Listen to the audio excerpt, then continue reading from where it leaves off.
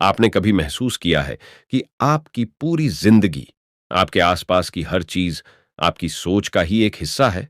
जब आप किसी चीज को पूरे दिल से चाहते हैं, तो ऐसा लगता है जैसे पूरा ब्रह्मांड उसे आपको दिलाने में लग जाता है। लेकिन क्या यह सिर्फ इत्तेफाक है, या सच में हमारा माइंड इतना पावरफुल है? क्या यह संभव है कि हम सिर्फ सोचकर अपनी रियलिटी बदल सकते हैं? द माइंड इज एवरीथिंग एक ऐसी किताब है जो यही साबित करती है कि आपकी सोच ही आपकी सबसे बड़ी ताकत है। इसमें बताया गया है कि आपका माइंड एक सुपर कंप्यूटर की तरह है। आप जो कुछ इसमें डालते हैं, वही आपकी जिंदगी में बाहर आता है। अब सोचिए, अगर आप रोज नेगेटिव सोचते हैं, तो आपके डिसीजंस, आपकी एनर्जी और आपकी दुनिया भी नेगेटिव बन जाती है। लेकिन वहीं अगर आप अपने माइंड को सही ढंग से ट्रेन करें, तो आप सिर्फ अपने हालात नहीं, बल्कि अपना फ्यूचर भी बदल सकते हैं। इस किताब की इंपॉर्टेंस इसी में है कि ये आपको सिखाती है कैसे अपने माइंड को कंट्रोल करके आप फियर, डाउट और डिस्ट्रैक्शन जैसी चीजों को हराकर एक फोकस्ड और सक्सेसफुल माइंडसेट बना सकते हैं।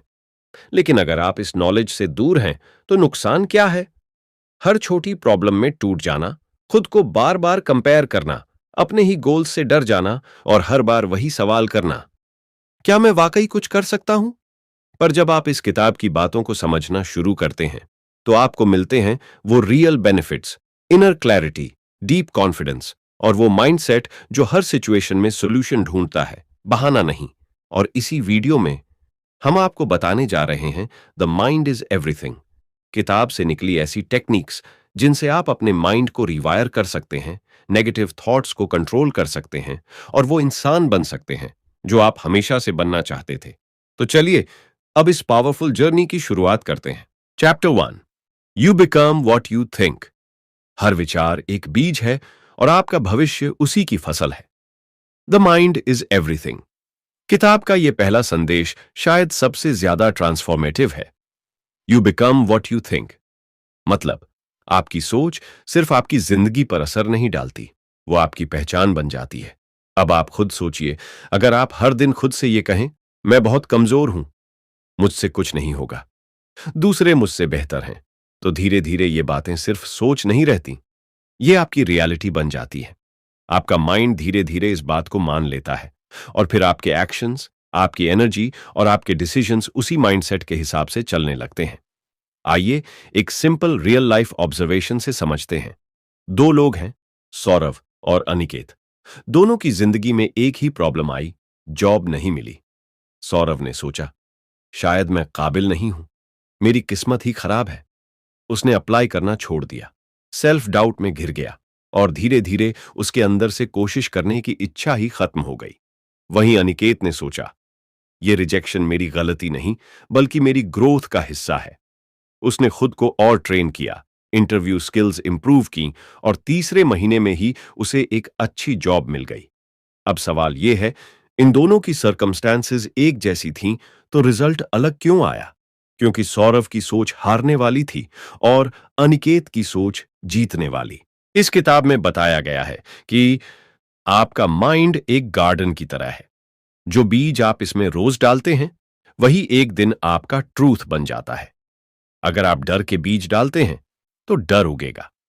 अगर आप कॉन्फिडेंस और पॉसिबिलिटी के बीज डालते हैं, तो ग्रोथ उगेगी। यही वजह है कि माइंड की क्वालिटी बदलने का मतलब है पूरी जिंदगी को बदल देना। अब जरा देखिए, सक्सेसफुल लोग ऐसा कैसे करते हैं। एलोन मस्क, जब 3 बार रॉकेट लॉन्च फेल हुआ था, तब उन्होंने खुद से यही कहा, मैं हार नहीं मानूंगा, अगली बार मैं और बेहतर करूंगा। अगर वो ये सोचते, शायद मैं इस काम के लायक नहीं हूं, तो आज स्पेस एक्स जैसी कंपनी कभी नहीं बनती। सेम बात स्टीव जॉब्स, ओपरा विनफ्री या एपीजे अब्दुल कलाम जैसे लोगों में भी थी। उन्होंने मुश्किलें देखी, लेकिन खुद से कहा, मैं इससे ऊपर उठ सकता हूं। यही सोच उन्हें दूसरों से अलग बनाती है। राहुल हमेशा एवरेज स्टूडेंट था। उसे मैथ्स से डर लगता था। हर एग्जाम से पहले सोचता, मैं तो कभी पास नहीं हो सकता, ये मेरे बस की बात नहीं है। वो पढ़ता भी डर के साथ और एग्जाम में गलती कर बैठता। एक दिन उसके एक मेंटोर ने उसे एक बात समझाई, अगर तू खुद पर विश्वास नहीं करेगा, तो कोई और भी क्यों करेगा? उसने धीरे धीरे अपने थॉट्स बदलने शुरू किए। मैं सीख सकता हूं, मेरी मेहनत बेकार नहीं जाएगी, हर दिन थोड़ा बेहतर बनना है। 6 महीने बाद वही राहुल मैथ्स में टॉप करने लगा। क्यों? क्योंकि उसने अपनी सोच को बदला और सोच से उसकी पूरी रियलिटी बदल गई। आप इसे कैसे सीखें और अपनाएं? सुबह उठते ही अपने माइंड को पॉजिटिव सिग्नल दें। मिरर में खुद से कहिए, मैं स्मार्ट हूं, मैं केपेबल हूं, मैं कर सकता हूं। नेगेटिव थॉट्स को पहचानिए, लेकिन उन पर भरोसा मत कीजिए। हर बार जब कोई डर या डाउट आए, खुद से पूछिए, क्या यह सच है या सिर्फ मेरा डर बोल रहा है? माइंड को ट्रेन कीजिए रेपिटेशन से। पॉजिटिव थॉट्स और सेल्फ बिलीफ को बार बार दोहराइए, क्योंकि माइंड रेपिटेशन से सीखता है, लॉजिक से नहीं। द माइंड इज एवरीथिंग यही बताती है। आपका माइंड एक कैनवास है और आपके थॉट्स उसके कलर्स। अगर आप डर, कंपैरिजन और नेगेटिविटी से उसे रंगेंगे तो तस्वीर वैसी ही बनेगी। लेकिन अगर आप हर दिन उसमें होप, करेज और फेथ के रंग भरते रहेंगे तो जिंदगी की तस्वीर वैसी ही बनती जाएगी जैसी आपने चाही थी। You become what you think. तो अब से सोचिए नहीं कि आप क्या नहीं कर सकते, सोचना शुरू कीजिए उस इंसान की तरह जो हर दिन अपने माइंड को जीत रहा है। Chapter 2, your mind can be trained. आप आत्मविश्वासी या फोकस्ड बनकर पैदा नहीं होते, आप अपने दिमाग को वैसा बनाना सिखाते हैं। इस किताब का दूसरा बड़ा संदेश है, तुम्हारा माइंड कोई स्थिर चीज नहीं है, इसे ट्रेन किया जा सकता है। यानी आपका माइंड कोई पत्थर नहीं है जिसे जैसा मिला वैसा ही रहेगा, बल्कि ये एक ऐसी मिट्टी है जिसे आप जैसा चाहें वैसा आकार दे सकते हैं। कॉन्फिडेंस, फोकस, पेशेंस ये कोई जन्मजात क्वालिटीज नहीं है, ये सब मेंटल मसल्स की तरह हैं जिन्हें आप प्रैक्टिस से मजबूत बनाते हैं। इस बात की इंपॉर्टेंस इसलिए ज्यादा है क्योंकि बहुत से लोग खुद को बोलते हैं, मैं तो हमेशा डिस्ट्रैक्टेड रहता हूं, मुझसे डिसिप्लिन नहीं बनता, मैं नेचुरली कॉन्फिडेंट नहीं हूं, और ये सोचकर वे कोशिश करना ही छोड़ देते हैं। जबकि सच्चाई यह है, कोई भी इंसान बॉर्न कॉन्फिडेंट नहीं होता, वो कॉन्फिडेंस डेवलप करता है हर बार खुद से एक छोटी लड़ाई जीतकर। अब सवाल है, सफल लोग ऐसा कैसे करते हैं? सचिन तेंदुलकर जब छोटे थे तो वो नेचुरली टैलेंटेड जरूर थे, लेकिन क्या उन्होंने बिना ट्रेनिंग के वो ग्रेटनेस हासिल की? नहीं। हर दिन सुबह 4 बजे उठना, डिसिप्लिन में प्रैक्टिस करना, हर फेलियर के बाद खुद को मेंटली रीसेट करना, यही माइंड ट्रेनिंग थी। वो सिर्फ बॉडी नहीं, अपने माइंड को भी प्रिपेयर कर रहे थे, डिस्ट्रैक्शन को हराने के लिए और प्रेशर को हैंडल करने के लिए। रितेश एक नॉर्मल कॉर्पोरेट एम्प्लॉय सबऑर्डिनेट था। हर दिन काम के बीच बार बार मोबाइल चेक करता, फोकस नहीं बनता था, डेडलाइंस मिस होती थीं और उसका कॉन्फिडेंस नीचे गिरता जा रहा था। एक दिन उसने एक सेमिनार में यह बात सुनी, तुम्हारा फोकस तुम्हारी ही जिम्मेदारी है। उसी दिन से उसने एक नया रूल बनाया, हर सुबह 15 मिनट सिर्फ बैठकर माइंडफुलनेस करता, काम के दौरान 90 मिनट फोन एयरप्लेन मोड में रखता और हर टास्क को टाइम बॉक्स में कंप्लीट करने की कोशिश करता। शुरुआत में मुश्किल लगा, लेकिन 3 हफ्तों में ही उसने खुद में बदलाव महसूस किया। अब वही रितेश अपनी कंपनी का टॉप परफॉर्मर बन चुका है और उसका सीक्रेट सिर्फ ये था, उसने अपने माइंड को ट्रेन किया। जाओ अपने माइंड को कैसे ट्रेन करें? अवेयरनेस से शुरू करें। हर दिन 5 मिनट शांति से बैठिए और खुद से पूछिए, आज मेरा माइंड कहां कहां भटका? अवेयरनेस ही ट्रेनिंग की पहली सीढ़ी है। डिसिप्लिन को छोटे स्टेप्स में लाएं। एक साथ सब कुछ नहीं बदलना, बस एक नई आदत चुनिए, जैसे सुबह उठते ही फोन न देखना, और उसे हर दिन रिपीट कीजिए। रेपिटेशन के पावर को समझिए, माइंड बार बार किए गए एक्शन से ही सीखता है। तो जो भी बदलाव लाना है उसे रोज दोहराइए, चाहे मन करे या ना करे। द माइंड इज एवरीथिंग ये नहीं कहती कि आप ऑलरेडी परफेक्ट हो, बल्कि ये कहती है कि आप ट्रेनेबल हो। अगर कोई इंसान हर दिन अपने माइंड को थोड़ी थोड़ी डायरेक्शन देना शुरू कर दे तो वो अपनी सोच, इमोशन और एनर्जी को खुद मैनेज करना सीख सकता है। किताब के अनुसार छोटी छोटी मेंटल डिसिप्लिन की आदतें बड़ी मानसिक शक्ति तैयार करती हैं। हर छोटी जीत, जैसे 5 मिनट फोन से दूर रहना या एक काम टाइम पर पूरा करना, आपके अंदर उस आत्मनियंत्रण को जगाती है जो आपको दूसरों से अलग करता है। तो याद रखिए, आपका माइंड एक मसल है। उसे जैसी एक्सरसाइज देंगे वैसा बन जाएगा। डिस्ट्रैक्शन, लेजीनेस, ओवरथिंकिंग, ये सब आपकी पुरानी आदतें रमा हैं, लेकिन इन्हें बदला जा सकता है अगर आप अपने माइंड को हर दिन थोड़ा थोड़ा ट्रेन करना शुरू करें। Chapter 3, your beliefs shape your reality. मन वही स्वीकार करता है जो आप उस पर विश्वास करते हैं, चाहे वो सच हो या नहीं। कभी आपने महसूस किया है कि कुछ लोग बेहद टैलेंटेड होने के बावजूद आगे नहीं बढ़ पाते, जबकि कुछ साधारण से लोग बड़ी ऊंचाइयां छू लेते हैं?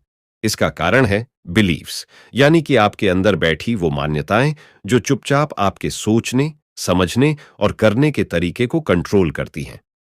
द माइंड इज एवरीथिंग किताब हमें सिखाती है कि आपका माइंड वो सब स्वीकार कर लेता है जो आप बार बार मानते हैं, भले ही वो झूठ हो। इस विचार की इंपॉर्टेंस इसलिए जरूरी है क्योंकि ज्यादातर लोग लिमिटिंग बिलीफ्स के गुलाम होते हैं।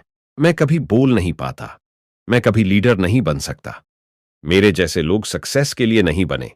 ये बिलीफ्स धीरे धीरे आपके सबकॉन्शियस माइंड में बैठ जाती हैं और फिर आप अपने ही दिमाग में बनी बाउंड्री के अंदर जीने लगते हैं। रिजल्ट, आपके अंदर स्किल होती है लेकिन आप अप्लाई नहीं करते। आपके पास आइडियाज होते हैं लेकिन आप रिस्क नहीं लेते। और आप वही जिंदगी जीते हैं जो किसी और के बनाए हुए बिलीफ से तय हुई होती है। अब सोचिए, सक्सेसफुल लोग ऐसा क्या अलग करते हैं? उनकी सक्सेस का सीक्रेट स्किल या बैकग्राउंड नहीं होता, बल्कि वो अपने माइंड को रीप्रोग्राम करना जानते हैं। थॉमस एडिसन को हम आज बल्ब के आविष्कारक के रूप में जानते हैं, लेकिन क्या आप जानते हैं उसने ये इन्वेंशन करने से पहले 1000 से ज्यादा बार असफलता झेली थी। हर बार जब एक्सपेरिमेंट फेल होता तो कोई और होता तो मान लेता, शायद मैं इस काम के लायक नहीं हूं। लेकिन एडिसन का बिलीफ क्लियर था, मैं फेल नहीं हुआ, मैंने बस 1000 तरीके खोजे जो काम नहीं करते। उसने अपनी सोच को हार से नहीं, लर्निंग से जोड़ा। उसका बिलीफ यही था, अगर मैं लगातार कोशिश करता रहूं तो मैं किसी भी प्रॉब्लम को सॉल्व कर सकता हूं। और आखिरकार वही माइंडसेट, वही बिलीफ उसे दुनिया का सबसे सफल इन्वेंटर बना गया। सीख क्या है? अगर एडिसन अपने फेलियर्स को सच मान लेता तो हम आज रोशनी में ना जी रहे होते। आपका बिलीफ ही तय करता है आप ऑब्स्टेकल्स को रोक मानते हैं या रास्ता खोजने का मौका। आयुष एक इंजीनियरिंग स्टूडेंट था। हर बार प्रेजेंटेशन से पहले उसका कॉन्फिडेंस टूट जाता। वो सोचता, मेरी आवाज अच्छी नहीं है, लोग मेरी बात को सीरियस नहीं लेंगे। कई बार टीचर्स ने कहा, तुम स्मार्ट हो, बस बोलना सीखो। लेकिन उसने ये बिलीफ पकड़ ली थी, मैं स्टेज के लिए बना ही नहीं हूं। एक दिन उसके मेंटोर ने उसे मिरर के सामने खड़ा करके एक सवाल पूछा, क्या तुमने कभी खुद को लीडर की तरह देखा है? आयुष चुप रह गया। उस दिन से उसने अपने बिलीफ को बदलना शुरू किया। रोज मिरर के सामने खुद से कहता, मैं क्लियरली बोल सकता हूं, मेरी बात में वैल्यू है। धीरे धीरे उसका पोस्चर, टोन और एक्सप्रेशन बदलने लगे। 3 महीने बाद उसने कॉलेज के टेक फेस्ट में ओपनिंग स्पीच दी और सबने स्टैंडिंग ओवेशन दिया। आयुष वही था, बस उसका बिलीफ बदल गया था। आप अपनी बिलीफ को कैसे बदल सकते हैं? आइडेंटिफाई करें, आपकी लिमिटिंग बिलीफ कौन सी है। एग्जाम्पल, मुझसे टाइम मैनेजमेंट नहीं होता। अब खुद से पूछिए, क्या यह सच है या मैंने सिर्फ मान लिया है? रीफ्रेम कीजिए उस बिलीफ को। उसे वीकनेस की तरह ना देखें, बल्कि एक चैलेंज की तरह कहें, मैं अब तक अच्छा टाइम मैनेज नहीं कर पाया, लेकिन मैं इसे सीख रहा हूं। पॉजिटिव एविडेंस कलेक्ट कीजिए। हर बार जब आप छोटी जीत हासिल करें, उसे अपने माइंड में स्टोर कीजिए। यह नए बिलीफ को मजबूत करता है। माइंड वही स्वीकार करता है जो तुम मानते हो, फिर चाहे वो सच हो या नहीं। यानी आपका माइंड लॉजिक से नहीं, रेपिटेशन और इमोशन से सीखता है। अगर आप हर दिन खुद को बोलते हैं, मैं कमजोर हूं, मैं लेट हूं, मैं एवरेज हूं, तो आपका माइंड उसे ही रियलिटी बना देता है। लेकिन अगर आप खुद को रोज कहते हैं, मैं वर्दी हूं, मैं सीख सकता हूं, मैं ग्रो कर सकता हूं, तो वही आपके अंदर एक्शन का बीज बोता है। द माइंड इज एवरीथिंग ये सिखाती है कि बिलीफ्स परमानेंट नहीं होते, वो रीराइट किए जा सकते हैं। और एक बार आपने अपनी बिलीफ सिस्टम बदल ली तो आपकी पूरी दुनिया बदलने लगती है। तो याद रखिए, आपकी सबसे बड़ी लिमिटेशन आपकी सोच के अंदर छुपी होती है और वही आपकी सबसे बड़ी शक्ति भी बन सकती है। Chapter 4, focus is the super power of the mind. आप जिस चीज पर ध्यान देंगे वही आपकी जिंदगी में बड़ा होता जाएगा। आपका माइंड एक लेंस की तरह काम करता है। जैसे मैग्नीफाइंग ग्लास सूरज की रोशनी को कंसंट्रेट करके आग जला देती है, वैसे ही आपका फोकस किसी भी चीज को पावरफुल बना सकता है, चाहे वो आपकी सफलता हो या आपकी परेशानी। द माइंड इज एवरीथिंग किताब यही सिखाती है कि आपका माइंड न्यूट्रल है। वो खुद डिसाइड नहीं करता, लेकिन आप जिस थॉट पर बार बार ध्यान देते हैं वो थॉट आपकी लाइफ की रियलिटी बन जाती है। इंपॉर्टेंस क्यों है? क्योंकि आज की दुनिया अटेंशन चुराने में एक्सपर्ट हो चुकी है। 5 मिनट पढ़ने बैठो तो नोटिफिकेशंस डिस्ट्रैक्ट कर देते हैं।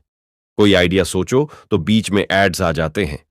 किसी काम में लगो तो माइंड खुद ही इंस्टाग्राम की तरफ भागता है। यानी आज आपका सबसे कीमती रिसोर्स है अनब्रोकन अटेंशन। और अगर आप उस पर कंट्रोल नहीं रखते तो आपकी प्रोग्रेस कभी स्टेबल नहीं हो सकती। इसलिए किताब कहती है, अगर आप कुछ बड़ा करना चाहते हैं तो सबसे पहले अपनी अटेंशन को ट्रेन कीजिए। टेस्ला को हम एक महान इन्वेंटर के रूप में जानते हैं, लेकिन उसकी सक्सेस का सीक्रेट क्या था? टेस्ला घंटों अकेले बैठकर सोचता था। वो मेंटली अपने आइडियाज को इमेजिन करता, हर नट बोल्ट विजुअलाइज करता, और जब ब्लूप्रिंट तैयार हो जाता तभी कुछ बनाता। टेस्ला का माइंड ट्रेन्ड था। उसे सिर्फ उसी पर ध्यान देना आता था जो उसके गोल से जुड़ा है। आज हम जिस एसी करंट को यूज करते हैं वो उस डीप फोकस का नतीजा है। सोचिए, दो लोग हैं, एक है आरव, दूसरा है लियो। दोनों का एक ही गोल है, कॉम्पिटिटिव एग्जाम क्लियर करना। आरव रोज 6 घंटे पढ़ता है, लेकिन हर 15 मिनट में व्हाट्सएप चेक करता है, कभी यूट्यूब चला लेता है, कभी माइंड डे ड्रीमिंग में चला जाता है।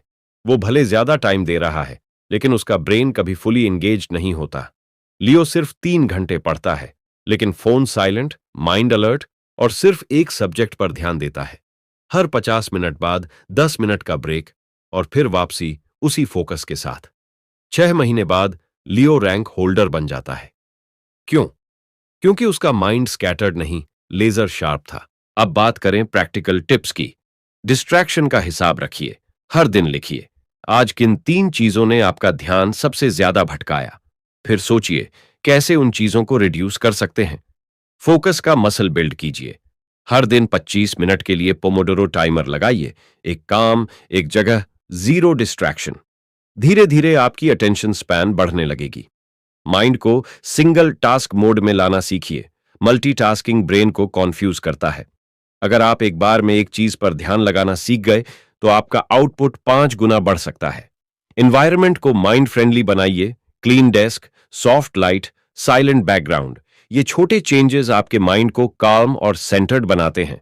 द माइंड इज एवरीथिंग बार बार एक बात पर जोर देती है। माइंड वही ग्रो करता है जहां आप अटेंशन भेजते हैं। अगर आप खुद को हर दिन फेलियर और स्ट्रेस पर फोकस करते हुए पकड़ते हैं तो वही चीजें आपकी जिंदगी में ज्यादा महसूस होंगी। लेकिन अगर आप mindfully success, learning and possibilities पर फोकस करना शुरू करते हैं तो वही एलिमेंट्स आपकी रियलिटी में ग्रो होंगे। माइंड एक गार्डन है, फोकस उसका पानी है। जिस पौधे को आप रोज सींचेंगे वही सबसे तेजी से बढ़ेगा।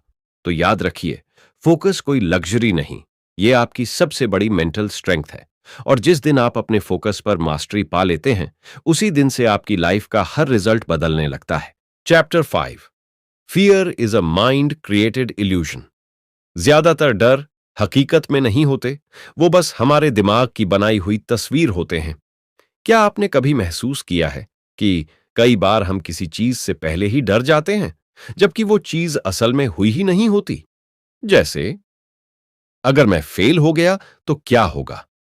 लोग मेरा मजाक उड़ाएंगे, मुझसे नहीं होगा।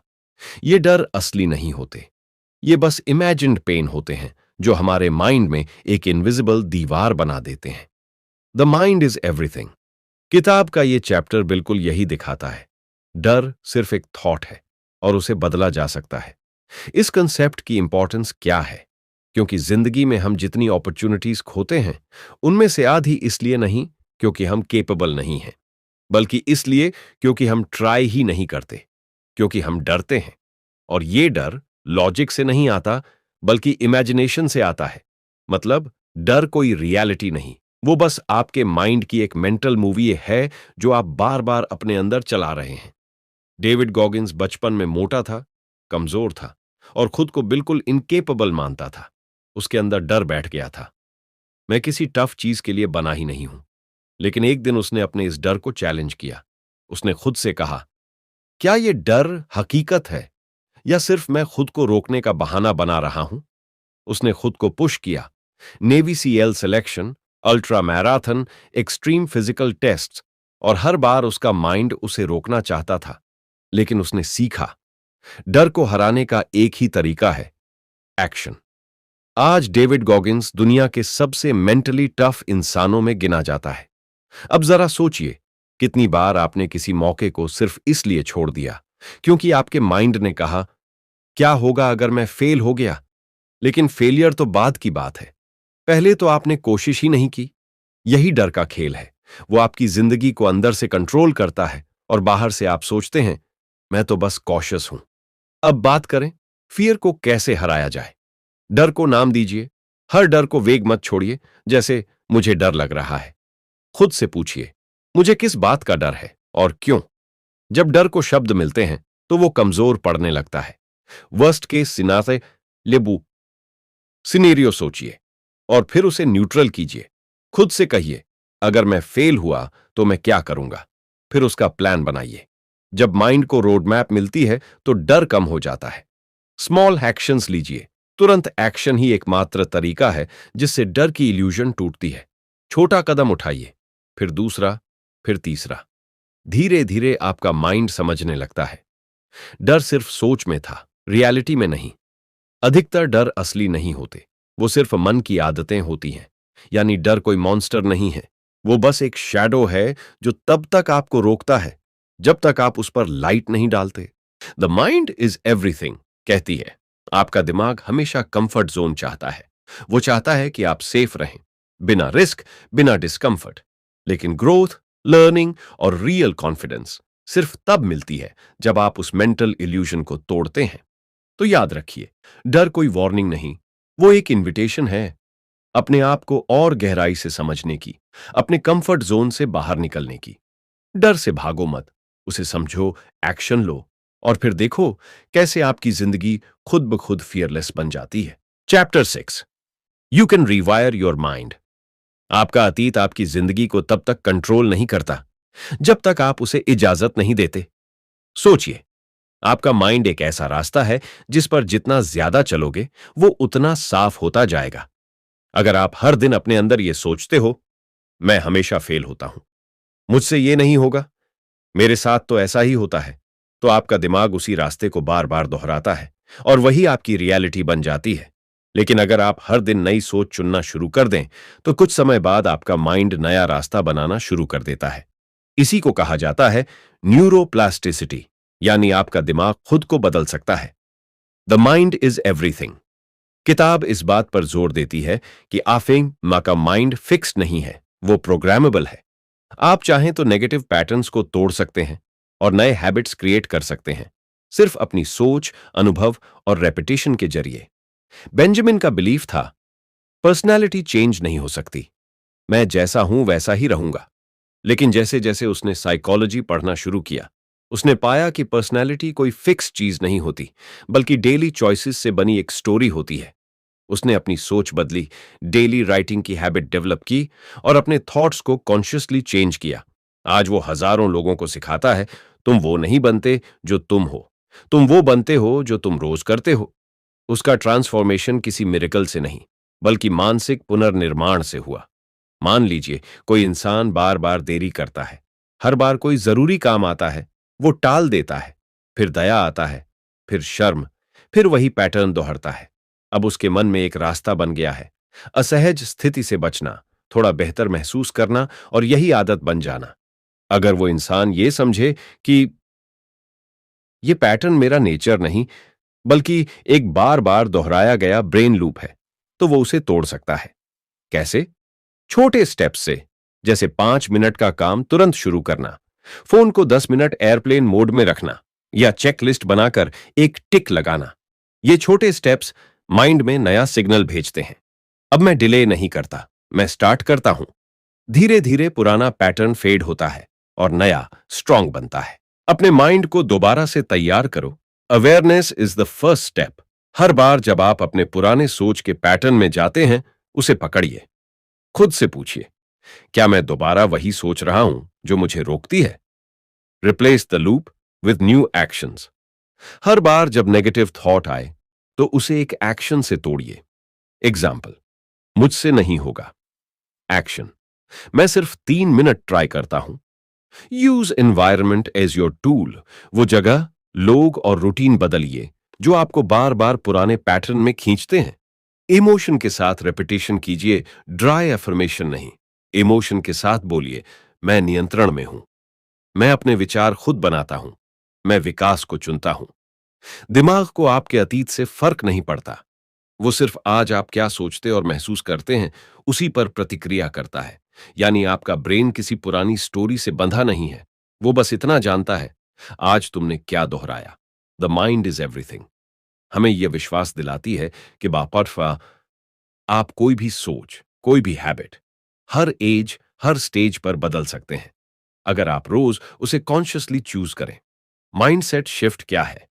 रॉन्ग थिंकिंग, मैं ऐसा ही हूं। राइट थिंकिंग, मैं अपनी सोच बदल सकता हूं। रॉन्ग थिंकिंग, मेरी आदतें स्ट्रांग हैं। राइट थिंकिंग, मैं नए पाथवेज बना रहा हूं। रॉन्ग थिंकिंग, पास्ट ही फ्यूचर है। राइट थिंकिंग, हर दिन एक नया चांस है। तो याद रखिए, आपका माइंड एक खेत है। आप वही उगाएंगे जो आप रोज बोएंगे।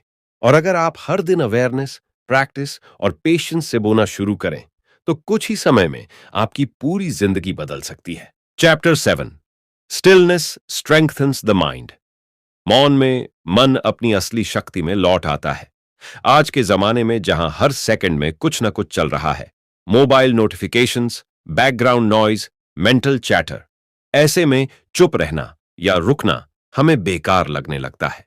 लेकिन द माइंड इज एवरीथिंग किताब कहती है, अगर आप अपने माइंड को रिचार्ज करना चाहते हैं, तो उसे शांत रहना सिखाइए। यह चैप्टर किसी आलस्य या इनएक्टिविटी की बात नहीं करता, बल्कि मेंटल स्टिलनेस की बात करता है, जहां आपका माइंड अलर्ट तो होता है, लेकिन शांत। यही स्टेट होती है जहां से क्लैरिटी आती है, स्ट्रांग डिसीजंस लिए जाते हैं और इंसान अंदर से मजबूत बनता है। स्टिलनेस की इंपॉर्टेंस क्या है? क्योंकि हर दिन हमारा माइंड हजारों थॉट्स से भरा होता है। क्या करना है, क्या नहीं करना है, क्या लोग सोचेंगे। और जब माइंड हर दिशा में भागता है, तो एनर्जी बिखर जाती है और डिसीजंस कमजोर हो जाते हैं। स्टिलनेस कोई वीकनेस नहीं, ये स्ट्रेंथ है।